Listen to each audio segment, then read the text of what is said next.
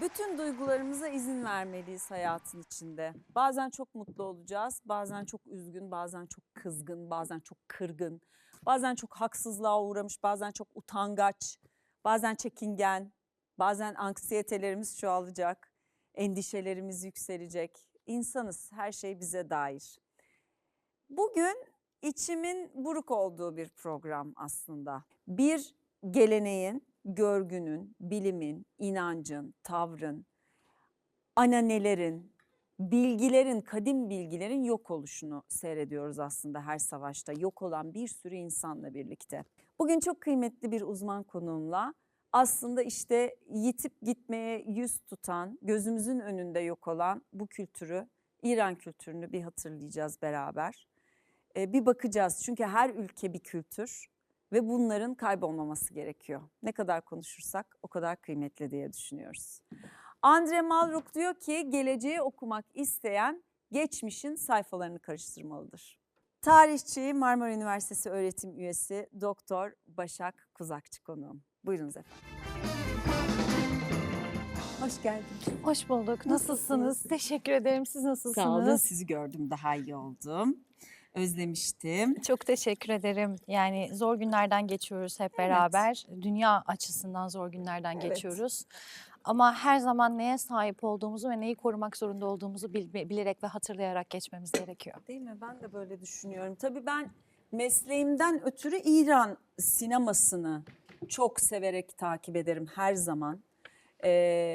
Ve çok önemserim oradaki sanatçıların ürettiği her şeyi. Çünkü bir cümlesi vardır, bir amacı vardır, bir kaygısı vardır, Kesinlikle. anlattığı bir şey vardır. Kesinlikle. O yüzden çok derin bulurum edebiyatlarını ve sinema dillerini. Ama sizden şimdi bu kadim kültürü dinlemek istedim. Estağfurullah, tabii hep ifade ediyorum ben, bizler bu alanın uzmanları olarak benim kendi doktora uzmanlığımda Doğu İrani gruplar ve İrani dil grupları ve bunların tabii ki Türklerle olan etkileşimleri hususunda ama hep çok azına hakim olabiliyoruz aslında. Yani ömürlerimizi versek de bu böyle devam ediyor. Belki İran'ın toplumsal havzasına bakmadan önce aslında bir girizgah yapmak gerekiyor. Dünyada biz toplumsal hafızaların hangisinden haberdarız ve hangisinden değiliz? İnsanlık tarihi 3 milyon yıl Ceyda Hanım. 4 milyar yıllık dünya kıtası üzerinde 3 milyon yıl. Bu 3 milyon yılın çok büyük bir bölümü Doğu kıtasının yani Şark kıtasının büyüklüğüyle, hükümetleriyle, genç ortaya koyduğu bilimle, sanatla geçti, medeniyetle. Ve son 300 yıl dediğimiz havza aslında bizim bu durumun Garp kıtası dediğimiz Batı kıtasına kaymasına sebebiyet verdi. Sanayi devrimi sonrasında, aydınlanma çağı sonrasında ve haliyle ben genç öğrencilerimize de toplumsal karşılaştığım herkese de bunu ifade etmeye çalışıyorum. Biz bu kısma da dahil olabilen, bu çağda doğabilen insanlar olduk. Haliyle de son 300 yıllık kısımda olduğumuz için hep zannettiğimiz bir unsur var ki Batı en çağdaş, yani haritada bugünkü harita yöntemi yoksa kime göre doğu kime göre batı hep bir Tabii. tartışma bizim için kavramsal olarak ama Batı hep çağdaş, insan haklarına en gelişmiş yere sahip, kültürde en yüksek seviyeye sahip, entelektüel sınıfta en yüksek seviyeye sahip ve buna doğru bir kültürlenmiş haldeyiz. Eğitimimizden başlayarak, çevresel faktörlerden, psikolojik algı oluşturmalarından ve Doğu ise hep daha aşağıda görülen, daha ötekileştirilen Geri bir yere kalmış. sahip, geri kalmış, daha yozlaşmış, insan haklarının çok konuşulmadığı, kültür ve sanatın sanki hiç olmadığı, eğitimin hiç olmadığı bir yermiş gibi algı var. Ve biz tabii insanlar 70-80 sene yaşıyor aşağı yukarı ortalama ve buna denk geldiğimiz için bunun üzerinden bireysel hayatta çıkarım yapmaları son derece olağan. Yani burada Batı'yı biraz daha öndeymiş gibi algılamaları son derece olağan. Aslında tamamen emperyal rekabetle ekonomik sistemlerin değişmesiyle başladı her şey. Tam olarak siyasetle de değil. Dünyada ekonomik düzen değişti. Ekonomik düzen değiştiği an itibariyle tabii ki kıtaların kendi hükümleri de değişti. Batı kıtasının emperyal bir rekabeti oluştu ve bunlar Doğu kıtaları üzerindeki toprak hacimleri üzerindeydi. Ve tabii ki bunlar bazı siyasi yönetim biçimlerini aslında masaya getirdi. Ve bugün de aslında belki yanlış bilinen doğrulardan biri olarak şunu ifade etmek lazım. İran'da kız öğrenci olarak üniversite okuyan ve akademi mesleği içerisinde olan kadın sayısı Türkiye'den fazladır. İngiltere'den fazladır. Çok fazla akademisyeni vardır İran'ın ve İran üniversiteleri gerçekten çok yüksek fazla çalışmalar, bilimsel çalışmalar yapan bir yere İlber sahiptir. Hoca bunu hep söyledi Yani ama. Amerika'da biz hep onu vurguluyoruz. Amerika'nın sarmaşık ligi olarak ifade ettiğimiz Harvard, Princeton, Stanford, bunların her bir grubu içerisinde özellikle şark kültürü üzerindeki çalışmalarda İranlı akademisyenler, Amerikalı akademisyenler ve Avrupa akademisyenlerin önündedir. Bugün dünya üzerinde çıkan önemli indeks olarak ifade ettiğimiz bizim yayın kıstaslarında da öndedirler. Aslında hiçbir zaman geride değillerdi. Evet, bir yönetim biçimleri var. Bu işte Amerika üzerinden rejim olarak değerlendiriyor. Biz Türkçe yönetim biçimi olarak ifade etmeye çalışıyoruz. Ama yönetim biçimlerimiz bizim medeniyetimizle aynı şey değildir. Yani yönetim biçimleri gelir, değişir, döner ve gider. Yani az önce bahsettiğim gibi 3 milyon yıllık insanlık tarihinde 300 yılda şu anda biz Batı'nın bu durumunu görüyoruz, yükseliş durumunu görüyoruz. Bundan belki 100 yıl sonrasında tekrar Doğu'nun yükseldiğini göreceğiz. Çünkü zaman hiç doğrusal akmaz, hep bir circle'dır. Doğru Yani Einstein söylüyorsunuz. hep bunu söyler, doğar, büyür, yaşar, ölür sistemindedir. Devletler için de öyledir. Haliyle biz hep bugünkü İran İslam Cumhuriyeti'ndeki rejimden yola çıkarak oranın sanki hep daha böyle yozlaşmış bir yerdeymiş gibi bir algısıyla da yetiştik. Evet. Bu aslında bile istene de uygulanan bir algıydı. Tabii bu nokta itibariyle birçok kulvardan bakmak lazım. Ülkemizdeki entelektüeller sınıfından da bakmak lazım. Yani bizim Türkiye topraklarında maalesef bunu üzülerek ifade etmemiz lazım ki entelijansiya, yani aydın toplum sınıfımız yarı entelijansiya olarak karşımıza çıkıyor. Rahmetli İlber Hoca'nın yarı cahil dediği husus da buradan geliyor. Hep aslında Batı tarafından kültürlenmiş bir yorumla Batı üzerinden merkezle Doğu kıtasını yorumlamak. Yani buna Hindistan'da dahil, Afganistan'da dahil, Uzak Doğu ülkeleri de dahil, hep o bakış açısıyla ilerliyoruz. Böyle olduğu zaman da aslında hiçbir zaman o kültürün ne olduğunu ifade edemiyoruz. Bir yandan da mesela dışarıdan hiç tarih bilmeyen biri olarak sezgilerim şöyle söylüyor. Mesela doğayla en yüksek bağ kuranlar Doğu ülkeleri. Tabii, Toprakla tabii. en fazla ilişkisi olanlar Doğu ülkeleri. Bütün tıbbi kadim bilgiler Doğu ülkelerinden. Örfler, adetler, gelenekler, yemeğin bile kökü Doğu ülkelerinden. Hukukun çıkış noktası Doğu ülkeleri. Mesela. Kentlerin kuruluş noktası Doğu ülkeleri. Felsefe. Elbette öyle. Felsefe hakeza aynı şekilde. Semavi dinler veya çok tanrılı dinler. Bunların her biri Doğu ülkeleri. Çünkü insan popülasyonu aslında Doğu topraklarındaydı. Ve insanların çarpan etkisiyle birbirlerinden farklı kültür oluşturmaları da son derece olağandı. Şimdi biz bu kısmı bilmediğimiz zaman itibariyle sadece oranın siyasi rejimi üzerinden baktığımızda aslında Amerika'dan bugün Türkiye'de hala develere biniyor musunuz sorusuyla aynı soruya denk geliyoruz. Bilmemezlikten kaynaklanıyor ve belki biraz daha entelektüel çevrelerin aslında biraz daha bu kısımda doğru bilgi kaynaklarına ulaşması ve siyasi yönetim biçimlerinin dışında medeniyet dediğimiz şey, çünkü siyasetle eşgüdümlü bir şey değildir. Haliyle şimdi İran topraklarına baktığımızda çok kadim bir medeniyetten bahsediyoruz biz. Çünkü Hahamenişlerden başlayan, yani milattan önce çok erken çağlarda başlayan, Mezopotamya kültür öbeklerini de içerisinde bulunduran, bugünkü Yemen'den hatta Ermenistan bölgesine kadar, o zaman da Ermeni krallıkları vardı. Hepsinin elinde bağlı olduğu, ana merkez Şah'a bağlı olduğu, Şah deriz zaten o dönemde de biz, büyük bir medeniyetten bahsediyoruz. Bu medeniyetin altında Persepolis gibi çok büyük antik şehirler oluşturuldu. Bu antik model bizim için son derece önemliydi çünkü bu modeldeki sulama kanalları Roma topraklarında yoktu. Haliyle biz sürekli tabii ki Roma ile Pers'in bir mücadelesini de görüyoruz. Ve şunu da ifade etmek lazım ki Roma'nın büyük egemenliği de hep Doğu toprakları üzerindeki fetihlerindeydi. Zira Doğu Roma dediğimiz Bizans da aslında Doğu toplumuna ait bir imparatorluktu. Batı'ya ait değildi. Haliyle de bu bölgede Hahamenişlerden sonra hemen akabinde çok büyük Pers İmparatoru olarak ifade edilen aslında Sasanilerle beraber son derece gelişmiş bir düzeyle karşılaşıyoruz. Bir kere Orta Doğu'nun en kadim şehir kentlerden bahsediyoruz. İkincisi, burada son derece gelişmiş bir hukuk sistemi vardı. Kurumsal devlet sistemi vardı. Aynı zamanda bugün de çok konuşulan İpek Yol, Kuşak Yol projelerindeki gibi İpek Yolu'nun kadim ticaret şehirlerinden bir tanesiydi. Yani Roma'da ipek kullanılabiliyorsa hanedanların kıyafetlerinde veya Bizans'ta, bu İran üzerinden geçen ipeklerdi. Dokumayı dünya tarihinde başlatan ilk olduklarını ifade etmemiz lazım. İlk defa kırmızı boyayı onların kullandıklarını keremit böceklerinden ifade etmek lazım. Bu nokta itibariyle boya üretiminde son derece gelişmişlerdi. Madeni ürünlerde son derece gelişmişlerdi ve hemen akabinde de zaten biz o süreçle beraber akabinde gelen yönetim sistemlerinde İslam fetihleriyle beraber bölgenin İslamiyet'e geçtiğini, 10. yüzyıl itibariyle de Türk hanedanlıklarına geçtiğini ifade etmek lazım. Burayı da biz hep kaçırıyoruz Ceyda Hanım. Evet. Sanki sadece Farsi toplumlar bölgede yaşıyormuş gibi düşünüyoruz.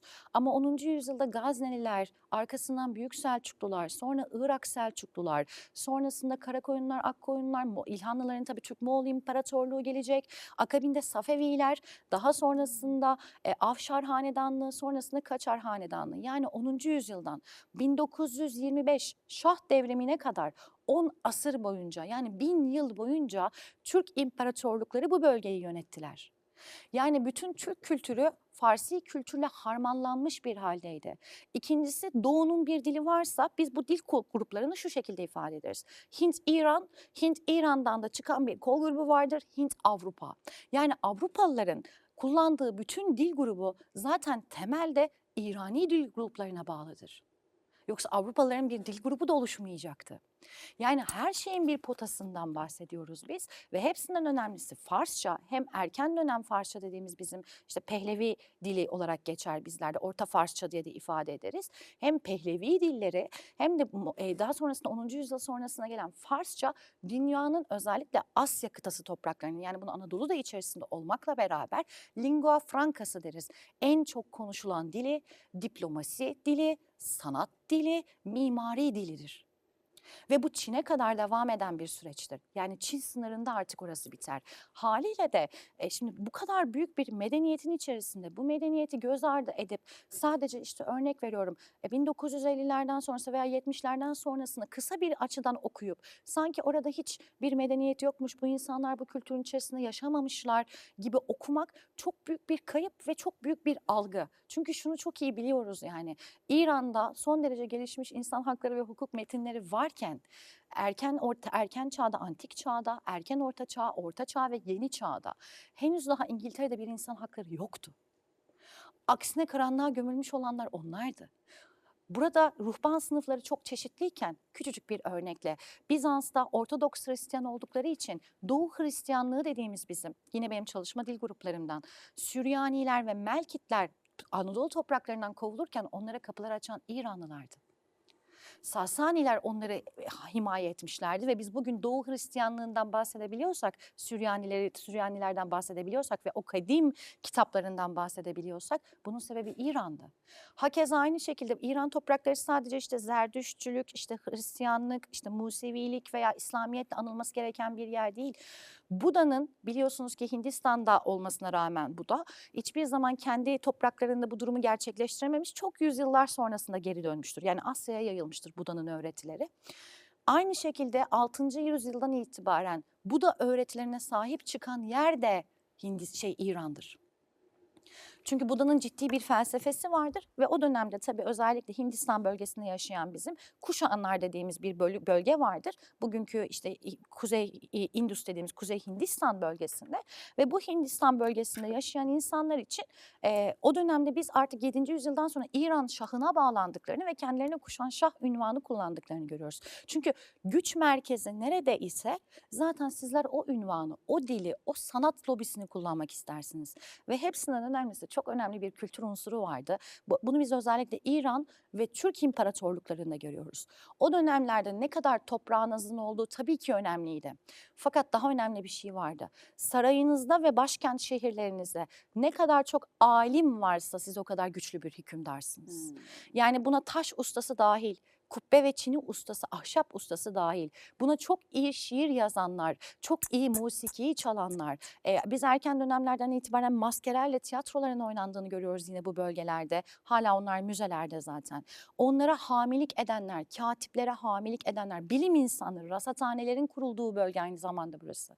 Zenginlik bu İlhanlılarla demek beraber. yani. Tabii. Alimin fazlalığı. Tabii yani bugün Leiden Üniversitesi'nde astrofizik için kullanılan kitaplarda hala Malaga kentinde İran topraklarında kurulmuş rasathanelerden bahsedilir. Sonra Ulu Bey'in rasathanelerinden bahsedilir. İlk matematik formülleri buralarda çözümlenmiştir. günün sonunda bir kültür gerçekten yok oluyor gözümüzün önünde. Evet. Ne oluyor peki mesela? Çünkü hayatın ve dünyanın çeşitli evrelerinde bu kültürler yok oldu. Evet. Sonra ne oldu? Acı tarafı da burası aslında. Yani bizim kültürel miraslarımızı korumak aslında insanlığın hafızasını korumakla eşdeğer olan bir şey. Doğduğumuz çağın bizi aslında hangi algıda yönettiğiyle alakalı bir şey. Doğduğumuz çağ biraz daha Eurosentrik bir çağ. Yani Batı medeniyeti hiçbir zaman Doğu medeniyetinin çok fazla bilinmesini istemiyor. Çünkü bu ortaya çıktığı zaman Batı'da bir medeniyet olmadığı anlaşılacak. O yüzden siz bugün zaten British Museum'a da gitseniz, işte Louvre'a da gitseniz, işte Berlin'e de gitseniz ya da Hermitage Petersburg'daki sadece Doğu mirasının eserlerini görürsünüz. Çünkü bir mirasları olsaydı zaten onları oraya naklederlerdi. Hayır zaten kendi malımız, mülkümüz, tarihimiz de onların müzelerinde. Evet. Hep konuşmuyor muyuz? Bütün tarihçilerle en önemli günlerde bunları konuşuyoruz. Tabii. Bizim böyle böyle zenginliklerimiz vardı, aldılar onu kendi müzelerine koydular diyoruz. Yani gidip de hayranlıkla izlediğimiz şey aslında bize Bize ait ait. olan. Bize ait. Ama onlar sahip çıkıyor. Evet, yani bu işte emperyal rekabetle başlayan bir süreçti. Yani 19. yüzyılın başında daha henüz Birinci Dünya Savaşı yokken esasında özellikle Asya topraklarına bir emperyal rekabet oluşturuldu. Çünkü o dönemlerde bir tartışma vardı dünyada Ceyda Hanım. Civilization mı yoksa culture mı? Yani vatandaşlık mı yoksa medeniyet mi? Arasında kültür mü diye. Çünkü Vatandaşlık ve kültür ne farkı var? şöyle aslında kültür bize Voltaire'in de en güzel açıklamalarından biridir. Çok fazla tanımı vardır. Kültür şu demektir. Yaratıcının yarattığının dışında insanın kendi zihniyle ve başarısıyla ve yeteneğiyle yarattığı her şey kültürdür. Kültür sandığımız gibi sadece yemek değildir. Kültür sadece folklorik oyunlar değildir, musiki değildir. Şimdi benim yarattığım bilimsel herhangi bir şeyde, sanatsal herhangi bir şeyde, mimari mühendislik her şey kültürdür. Şimdi bunların hepsi doğu potasında yükselmişti. Batı'da değil. Batı doğudan beslenmiştir Rönesans'ta dahi.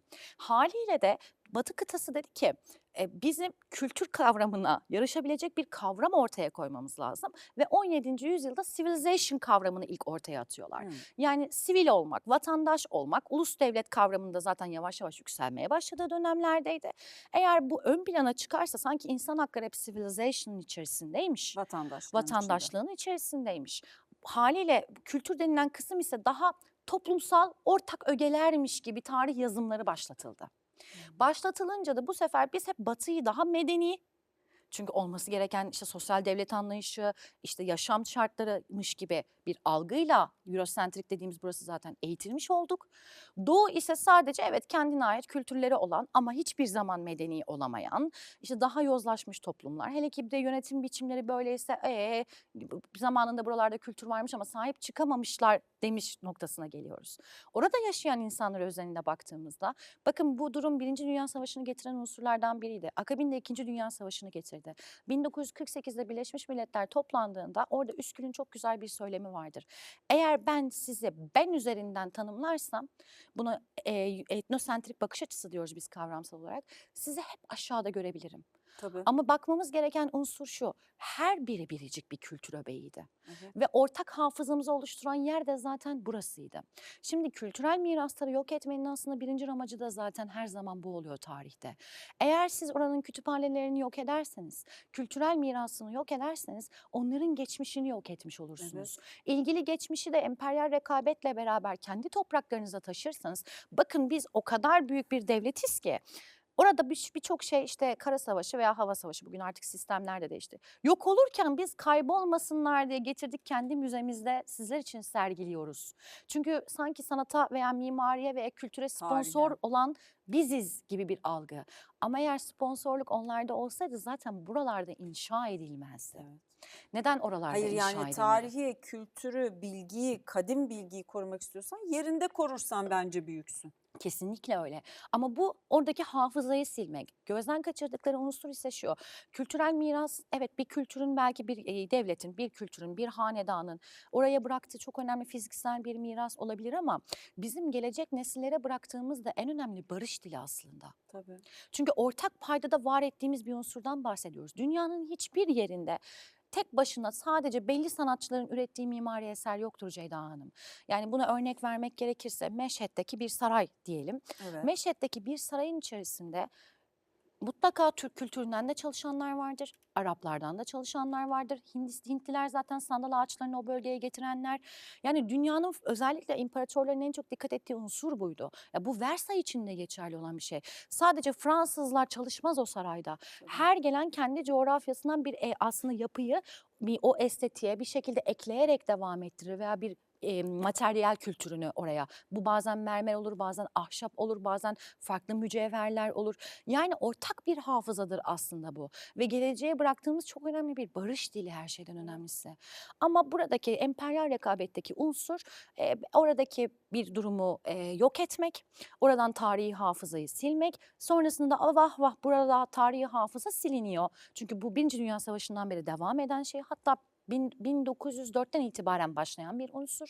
Bunları toplayıp kendi müzelerimizde sergilersek de bakın biz çok sanatların ve bilim insanlarının yanındayız imajı verme hali. Tamamen bir algı yaratmak.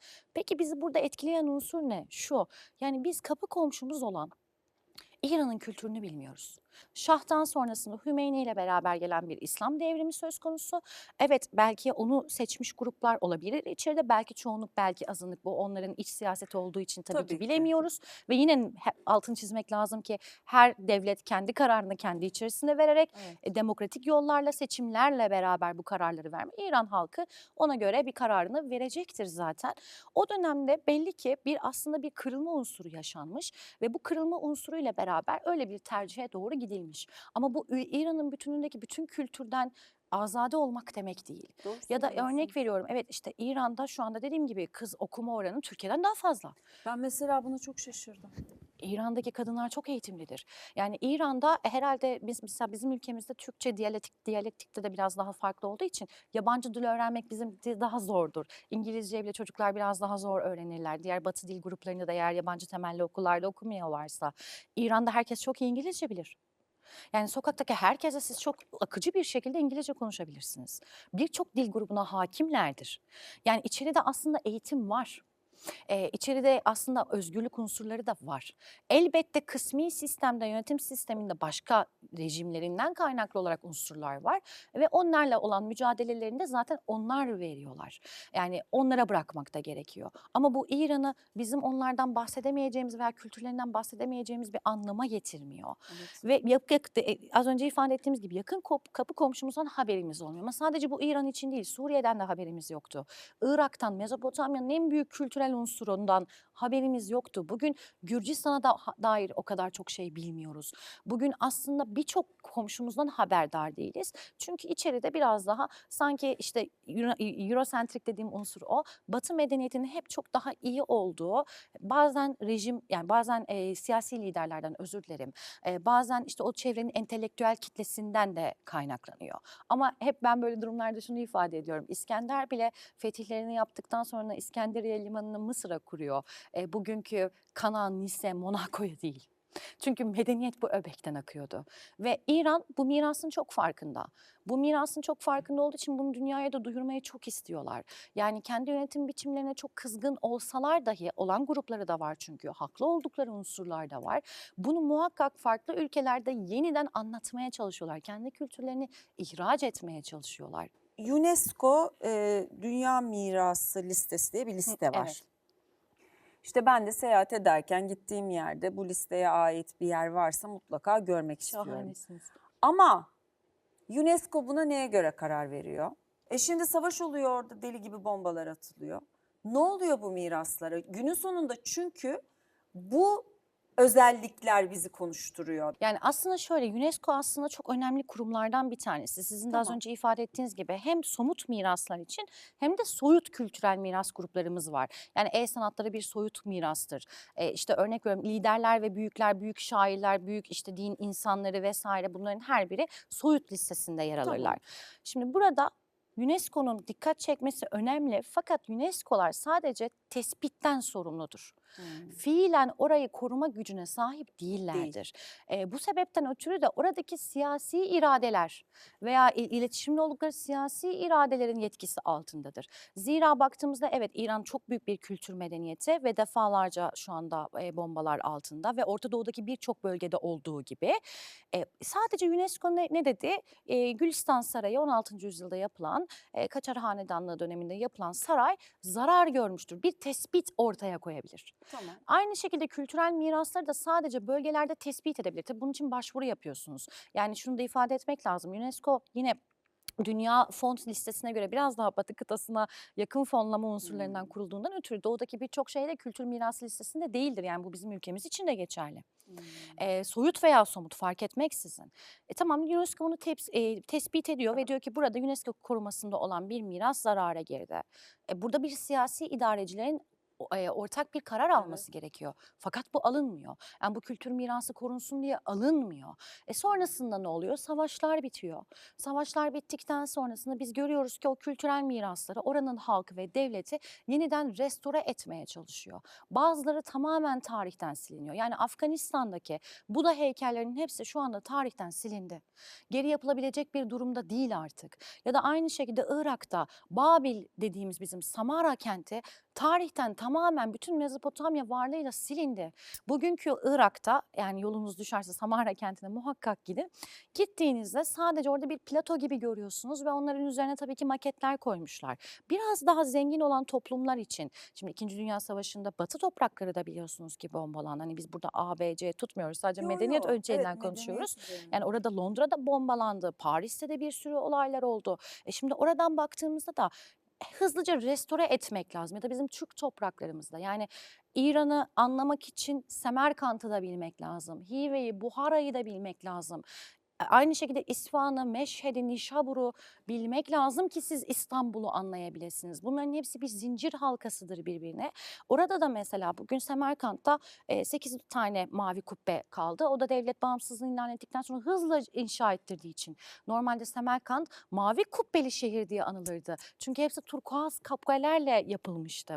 Haliyle de bunları koruyamamak çok üzücü bir şey. Çok. Ve o kadar çok, yani gerçi şu noktaya da ifade etmek lazım Ceyda Hanım. Bu kadar insanlık suçu işleniyor ki, yani okulların bombalandığını, hastanelerin bombalandığını, sivil halkın bombalandığını, aynı şekilde buraya gıda ihtiyaçlarına yol verilmediğini, sağlık ekipmanlarına, ihtiyaçlarına, ilaç tedariklerinin sağlanmadığını gördüğümüz bir yerde onlar zaten o kültürel mirasları da çok da önemsemiyorlar.